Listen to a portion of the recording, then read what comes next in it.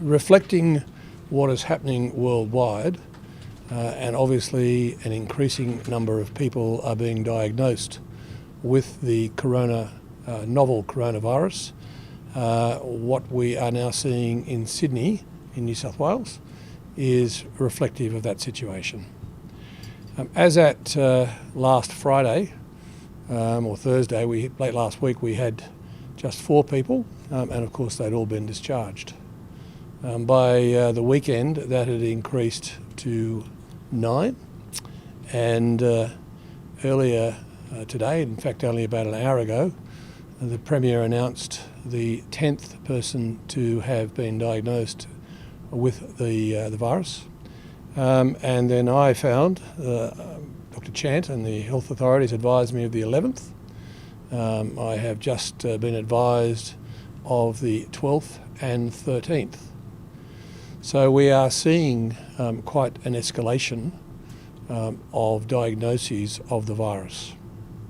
Having said that, the people who have been diagnosed in the last little while today, in the latest pathology runs, have all had a fairly positive position, in the sense that they were diagnosed in the early stages. And obviously I just preface this by saying this is all hot off the press, literally, but we believe that they first presented to their GPs, and that they were then able to have their pathology, and those pathology results have come through literally just in the last little while.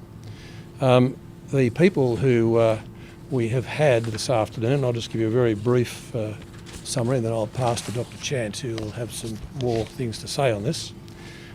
We had, as we announced in Parliament this afternoon, as the Premier announced, a 39-year-old gentleman who came in from Iran on the 28th of February, and he came via Kuala Lumpur and Singapore.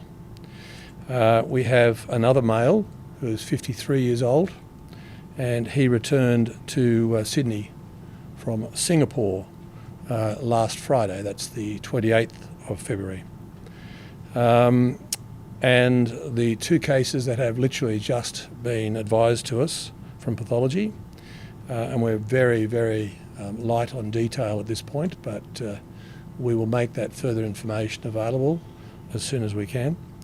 We have a female in her 60s who returned to Sydney from South Korea and was diagnosed today. We don't have full details yet of when she returned to Sydney or what the flight details were.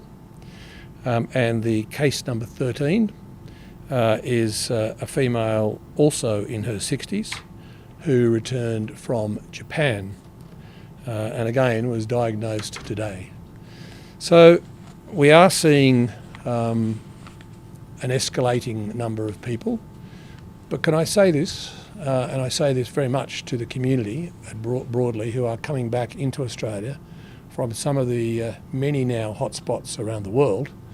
These people should be thanked, and as the Health Minister here in New South Wales, and I'm sure with Dr. Chant, we both thank them for putting themselves forward when they recognised that they had certain flu-like symptoms, and they presented themselves to generally at the moment general practitioners, but in some cases they presented to hospitals, some of the earlier ones, and that is absolutely critical.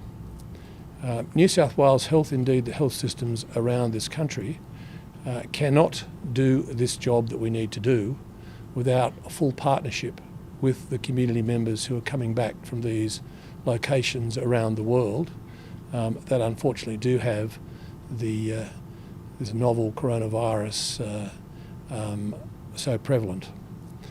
We do have some important events coming up for some of the communities. March 20th, there's quite a number of communities, including the Iranian community, the Azerbaijan community, and quite a number of communities will be celebrating New Year, and there will be large celebrations anticipated. New South Wales Health will be working with the communities over the next week or so just to work out how best to handle each of those events to make sure that they can be enjoyed but also done safely.